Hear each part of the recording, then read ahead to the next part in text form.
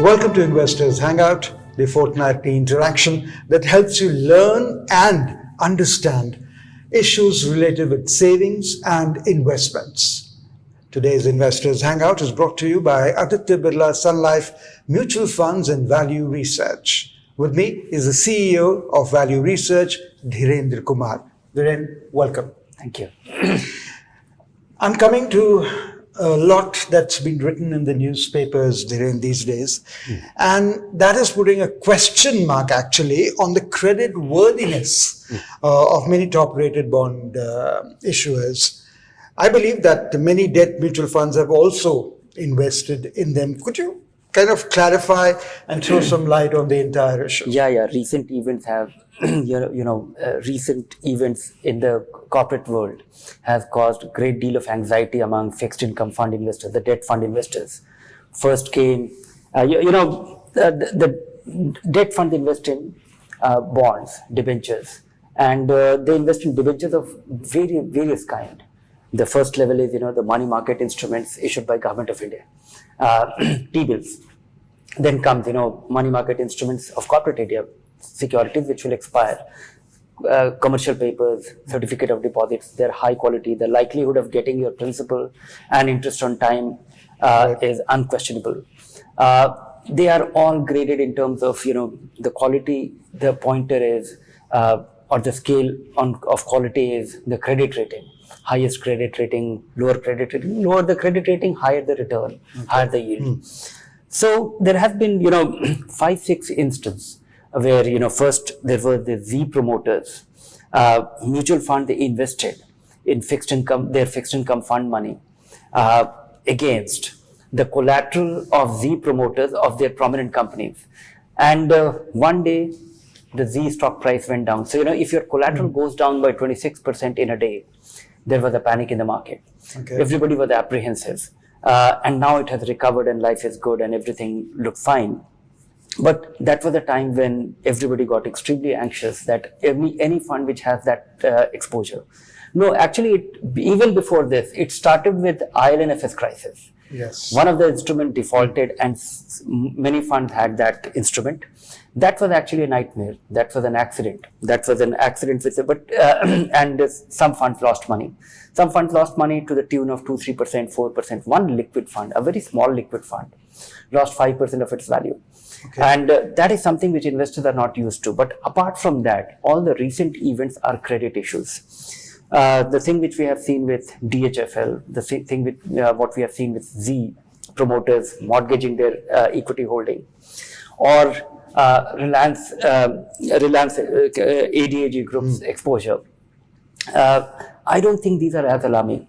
And even if it is alarming, I think investors have to understand that what is going to be the relative impact, the design of mutual fund, that if there is 100 rupee in a mutual fund, this is invested into across all kind of instruments. One is that in a particular fund company, it will be spread across many funds. Then it will be 1%, 2% of the total money, which means that even if these defaults happen, it is unlikely to be a complete blow up. The real thing to be, the basic benefit of mutual fund that you diversify your risk, and you are diversifying it here. It will, even if a blow up happens, it is unlikely to be a big decline because all your money will not go down the drain. Maybe 2 months return you have to compromise with. Also, that may not go away forever. We have many things that have happened which will ensure that. So what you're saying is, in the long run, it will not be so bad, or one should not worry. Yeah, I think. But in the short term, you could. Of course, in short term, you will. You can. You could. But right now, all the noise is around. It is only a noise. It has actually not impacted because the valuation norms, the liquidity norms, and maybe it will require some time for some of these companies to get themselves. one should not lose the sense of proportion. My understanding is that the news that we see as if, bond funds are going to crash land tomorrow. But that is not the case. Bond fund industry is a large one. We have substantial amount of money, and all these exposures put together will not aggregate more than 5,000 crore. And also that 5,000 crore is unlikely to go wrong, is unlikely to default. Right now they have not defaulted in the first place. But even if they default, even if there is a renegotiation, even if there is a delay in interest payment, there is collateral. It will take time to resolve. Now we have a side pocketing norms which will actually ease. Okay, you mentioned about side pocketing. Would side pocketing be of any help in the given situation? Oh, it will be of great help. Assuming that First, if you could explain I'll side just pocketing. explain what it is. What happens is the spirit of mutual fund is that it should protect the interest of all kind of investors. There are broadly three kind of investors that could potentially be, impacted. One is that an existing investor, an exiting investor. Assuming an investor decides to get out of the fund, and an investor decides to get into the fund, none of them should be treated in any unequal fashion. It should be fair to all these three investors. The investors who remain there, the investors who get out, and investors who are coming in. And there was a problem earlier. Assuming that a mutual fund company has a exposure to, has invested in a bond, and that bond has defaulted. The company is unable to pay back, as it happened in case of IL&FS. The company is unable to pay back the principal and interest on time. And credit rating agencies put it as a default. The bond immediately, that day itself, in the portfolio gets valued at zero. So if that is 2% of your investment, you get a 2% knock. But it has turned into zero because there is no market at any price today. But that doesn't mean that the underlying worth is zero. It cannot be valued. So it is valued at zero. There is no market. But in 6 months' time, mutual funds say that this is your obligation. Resolve it. Maybe they get 100% of their money in 6 months' time. Maybe the company was facing some liquidity issues, so they could not pay it on time. They are able to liquidate the underlying assets and pay back. Maybe they are able to pay back 90%. They are able to pay back 70%. But in the interim, the resolution will take place. No, that resolution, assuming it happens. But what happens in the mutual fund, what used to happen in the mutual fund in that case, is that a lot of investors will get out in a huff in panic that my fund has taken a hit. So his losses become permanent. He will not have access to any recovery in future because he has gone out. All the investors who stay there, they have taken the hit and they are having, they are waiting out that maybe they will get the money. But assuming that an investor has a need to get out, he has a liquidity requirement, he needs to buy, he needs that money for some purpose. He has to forcibly stay there to benefit from any recovery in the process in future. Assuming there is a smart investor who is able to smell that this bond is lying there which is valued at zero, and this problem will get resolved in another 1 month. So he will come at a later date and he will benefit when the recovery happens. So this was an unfair system. What happens as a result of the side pocketing rules is that these instruments will be taken off and kept in a side pocket. Okay. It will be a parallel fund and it will be valued at zero. And the remaining fund will continue to run like any ordinary normal fund from there on. So, and that particular money which has been taken, carved out of this fund, will be the entitlement on that money will be of all investors who were as on that date. Okay. So even if you decide to get out, you will be entitled for the benefit or any recovery that happens in future. If you remain there, you are definitely, you will also be entitled. If a new investor comes, he will not have access to that money. Side pocket money. Okay. So the side pocketing rules actually bring in a great deal of, they will soothe the nerves, because all the losses which look temporary but may not be permanent, or there will be possibility of a recovery, it will not shortchange those many investors. So in the given scenario, what is your take on the debt funds versus the bank deposit? What do you have to say about that? No, one is that, keep Which calm. is superior? No, it is not a matter of superiority. In India, things are a little distorted. A good amount of deposit is in public sector banks, and that carries a perceived sovereign guarantee. Right. Government of India doesn't let a bank fail, so your deposits are safe. As compared to that apart, I think there is a psychological problem. When anybody, most Indians are fixed income investors, and historically so. And if you look at the retail individual investors' money, or even institutional investors' money in the deposits, you are assured, there is a difference between assured return and likely return. So even if you are likely to get higher return, but it is not assured, people have all this anxiety. So bond funds really have this challenge that if you have to buy a bond fund, you'll ask me a question, how much will I get? Answer is, I don't know. When you go and make a deposit, but on all other dimensions, your ability to earn higher return, your ability, your liquidity, and superior tax efficiency. You hold your bond funds for superior liquidity. You put your money in liquid fund, take it out after 2 days, take it out next day, no problem. If you hold your bond for 3 years, the tax efficiency, your ability to convert your interest income into capital gains is hugely advantageous. So on those counts, there is no doubt that bond funds are good. But the kind of noise that we see around all these accidents or one of these events, I don't think investors should be alarmed by these. Okay. You should be careful.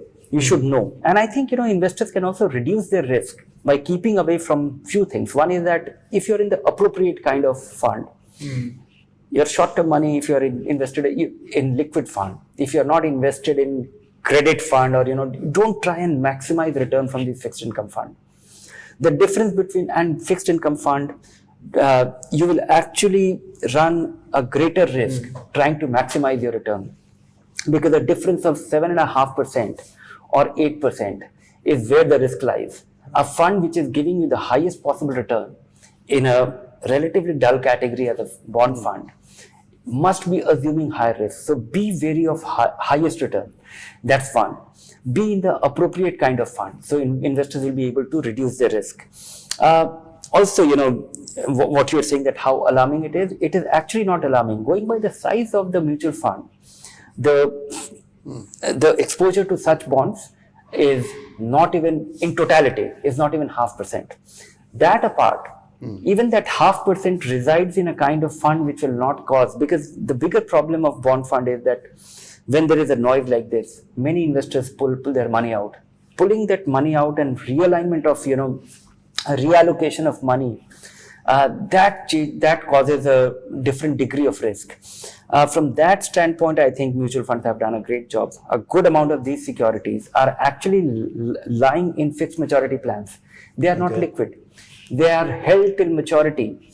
They are unlikely to be, it is unlikely to cause a panic. So I think side pocketing and many of these bonds lying in the appropriate category, which is unlikely to, face a run on their fund, is a far greater safety valve. So can I safely say that the debt funds are a superior investment, and because even the bank deposit is not 100% guaranteed.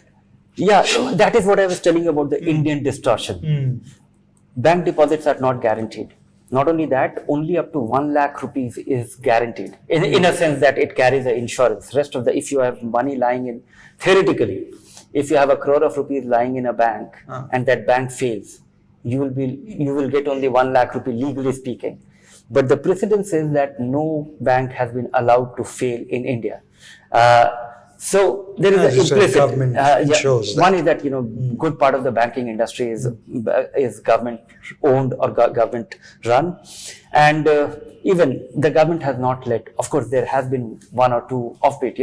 I recall Bank of Karad failing, and we come across a lot of news where cooperative banks have failed. But that apart, Indian investors or Indian savers' experience has been, and a good amount of money is lying with the government itself. Look at the Public Provident Fund, correct, or look at all the small savings organizations, Post Office, MIP. So that is not implicit guarantee. It is government itself. Government itself is the borrower, and depositors are putting the money with the government. So in that sense, fixed income is expected. That I think causes a far greater expectations management thing, because challenge, because anything to do with fixed income, investors think that, capital has to be protected at all costs because that is what they're used to. So what Dhiren is saying is that do not worry about the debt funds. Do not worry about what's happening in the market at the moment. I don't, I would not Continue say you can worry a little bit if your fund has any of this, but it is not alarming. It is not meaningful. alarming, it is not. yes. It is Okay. insignificant. Okay. We move on to the Q&A part of the program now. Balaji writes in, I'm very close to retirement and want to invest in the first 5 years' expenses in debt fund. But because of the recent, which we just addressed, ILNFS episode, another stress in the bonds, I'm extremely scared. What should I do? If he has heard and seen what you mentioned, but if you still want to reiterate, it would be nice. No, I would say that, yes, you should be scared and understandably so. But don't be too scared so that you're deprived of the great opportunity which these funds present. Being scared will not translate it to anything meaningful. The way you can actually deal with your fear in some other manner, in some methodical manner. Create a ladder. The money which you are likely to need for next 3 months or 6 months, keep it in the bank. Put it in a savings linked deposit so that you can take the money out anytime, and it will get you 2.5% less than the bond fund, which is good enough. So for next 6 months money, and try and keep it like that.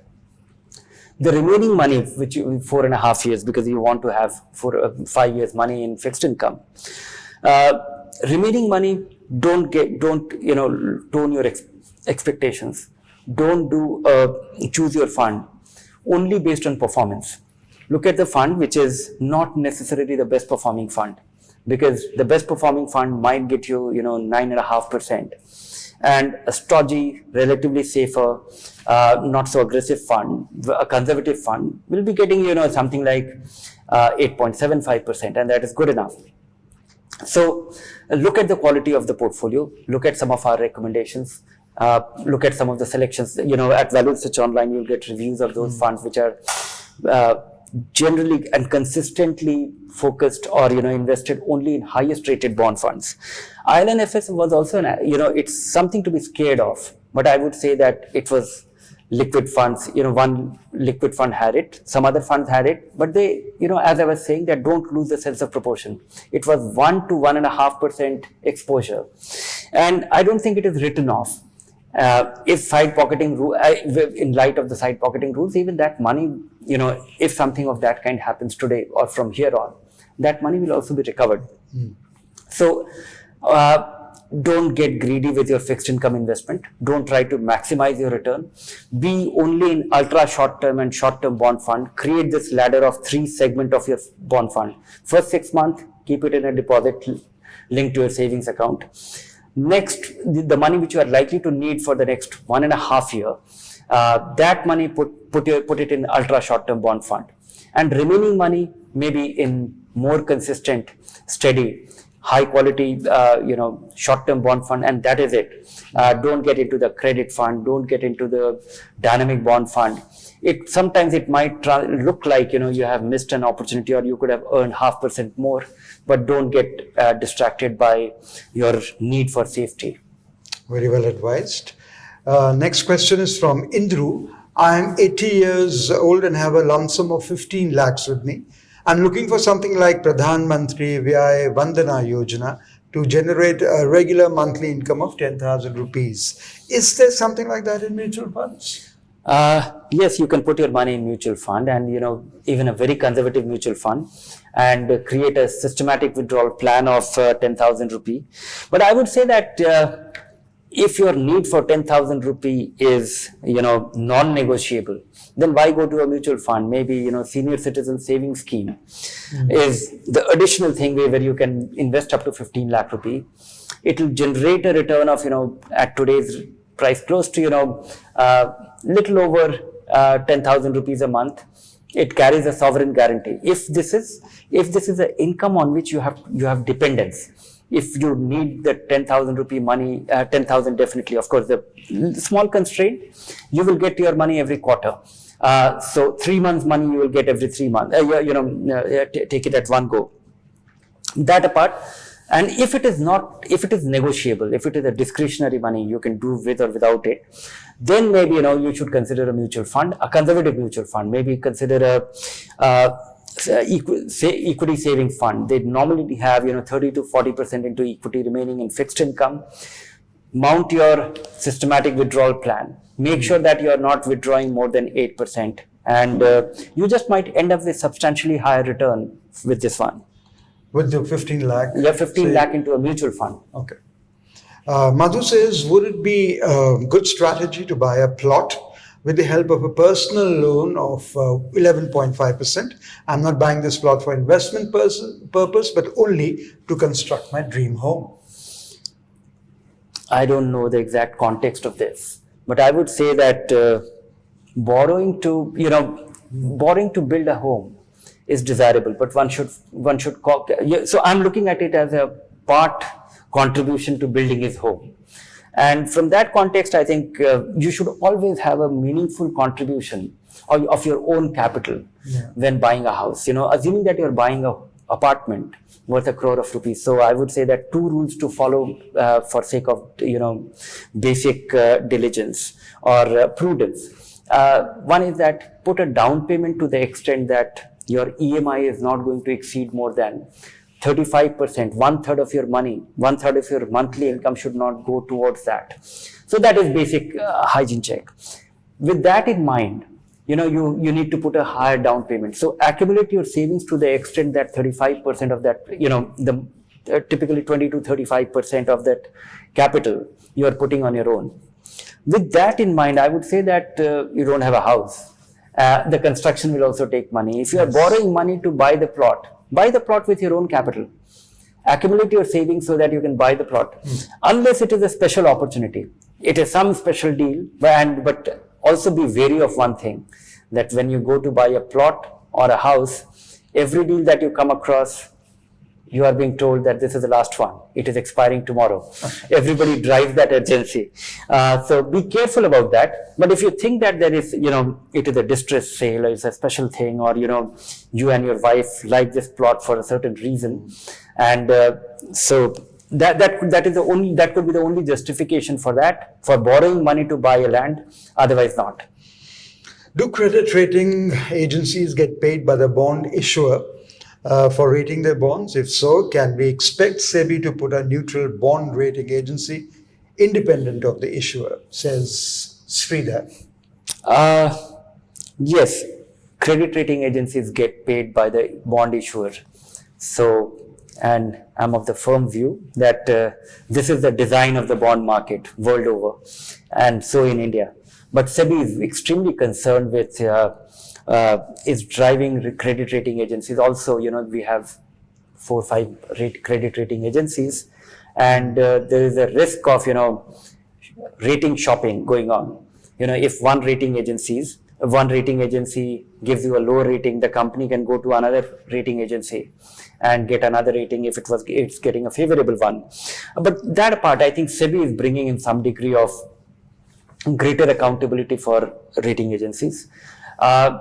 What has happened in recent times has also led to a lot of soul searching, or finding new ways how to make credit rating agency. And I don't think a great idea has emerged out of the discussion around this debate, because if SEBI mandates a rating agency by some random lottery system or anything, still we need to build greater accountability, because 95% of the rating work well. 95% of the ratings issued by rating agencies for companies, but that is not the problem at all. The problem is with the remaining 5%. Right. That remaining 5% is where credit rating agencies need to give an alert to the investor before they actually turn bad, before something alarming happens, before investors run the risk of losing money. I think, but more than, of course, with the whole bond fund crisis, credit rating agencies have come in sharp focus. But that is half the problem. The real problem is that the Indian bond market is illiquid, and Indian bond funds provide extreme liquidity. You can take your money out from a bond fund anytime, but where the fund company is investing your money, they cannot take that money out every day. Okay. So in normal conditions, it's all right. in case of any disruption, any panic, any big withdrawal from one fund, we see that there is a disruption. It causes anxiety, because if fund companies get redemption request at a time when they cannot recover that money from their underlying investments, that leads to that dislocation, and that is the risk which we are likely to carry unless we have even larger market, more diverse market, various kind of investors with multiple objectives start investing in fixed income funds. Okay. The next question is from Ravi. He says that I'm on the verge of losing my job as my company is likely to close in the next 2 to 3 months. I have a saving of 20 lakhs of rupees in the form of fixed deposits, which I want to use for generating a regular income for my family, which is completely dependent on me. Kindly advise, what should I do? I don't know much about Ravi, and sorry to hear this, but and I need more information. But I think 20 lakh rupees. Just figure out how much money monthly income required to support your family, and look for a quick job as quickly. And this 20 lakh rupees should be in fixed deposit or liquid fund, ideally liquid fund or ultra short-term bond fund. It will get you a little higher amount. It will also give you greater flexibility. Some months you might need 20,000, some months you might need 35,000. You can be flexible about it. Also, it will also be very tax efficient, because if you have no other income and the only income will be the gains from these investments, it will be tax free with up to the first 2.5 lakh rupees. So that's nice. Right. Even your first level of income from these bond fund investments will be tax free, whereas fixed deposit will not be. Your interest rate will be subject to withholding tax. Of course, you can claim a refund on that, but to begin with, it will be taxable. So consider liquid fund and look for a job more aggressively and find a job, because that, I think, having enough money to support your family for a lifetime and also sustain yourself, having more than enough so that you don't outlive your savings, is a financial goal which every investor should target. Okay. So Hail Khan has written to us asking that the NAV of the liquid fund I plan to invest in is much lower than the NAV of other liquid funds. Does it make any difference, especially in the case of the liquid fund? No, not at all. It doesn't matter. NAV of a liquid fund, higher or lower, could be a function of its age. Somebody started 5 years earlier, he might have a higher NAV. It doesn't matter. If you invest a lakh of rupees, assuming that both liquid fund will give you 10% return, the one with a higher NAV, you will get fewer units, but that will also generate 10%. Even if you get more units in the fund which has lower NAV, that will also generate 10% if they are invested in the same instruments and they have similar expenses. So go by the performance. Look at the portfolio. NAV of a fund doesn't matter. It does. Pulkit says that which debt fund category would be the best to invest for a period of 5 years? How much return should I expect? Two possibilities which should guide it. One is, 5 years from now, is it a non-negotiable goal for which you are saving, for which you are investing? Then take a more conservative stand. I would go with something like what used to be called erstwhile MIPs, conservative debt funds. Conservative allocation debt funds. So they have 15-20% into equity, and 5 years time frame, it will be all right. If it's for a negotiable goal, if you're working towards building a down payment for buying a house, which could be in the next 5 to 7 years, then I would say take a chance on equity. Take a bet on equity, and take a bet on equity conservatively. Maybe invest your money over the next 6 months in a balanced fund. You'll be able to average your investment. And this time period, you also might get lucky with substantially meaningfully higher return. Okay. We have this question from Devi, and she writes, I'm 58 years of age and I will retire in 2021. Mm-hmm. Till then, I want to invest 30,000 every month with a horizon of 5 years. Also, I'll be getting a lump sum of 15 lakhs in the year 2021. Where should I invest this amount? Also note, I have a steady income and would also get pension after retirement. What's your advice there? Money that you have a steady income, you'll That's get, a good thing that's to a good hear, thing. yeah, You don't yeah, have to worry yeah. about regular income from your investments, which means all your investments, even if you retire, all your investments can be long term, unless you have some specific goal of post retirement you want to go, you have travel plans or holiday plans or which require spending. But assuming that you don't have any of those needs, then She's getting lump sum of 15 lakhs also. lump sum of 50 2021. in 2021. Yeah. That money should also be invested in multi-cap fund. Even the 30,000 rupee which has to be invested every month should be invested in a multi-cap fund. And that money can remain invested in multi-cap fund till you need the income from your investment, and that will grow faster. It will also be more tax efficient. And when you get 15 lakh rupee, make sure that you're spreading that investment over the next 12 months or 18 months, because it's a large amount of money. Reducing the possibility of investing at a market high is very important.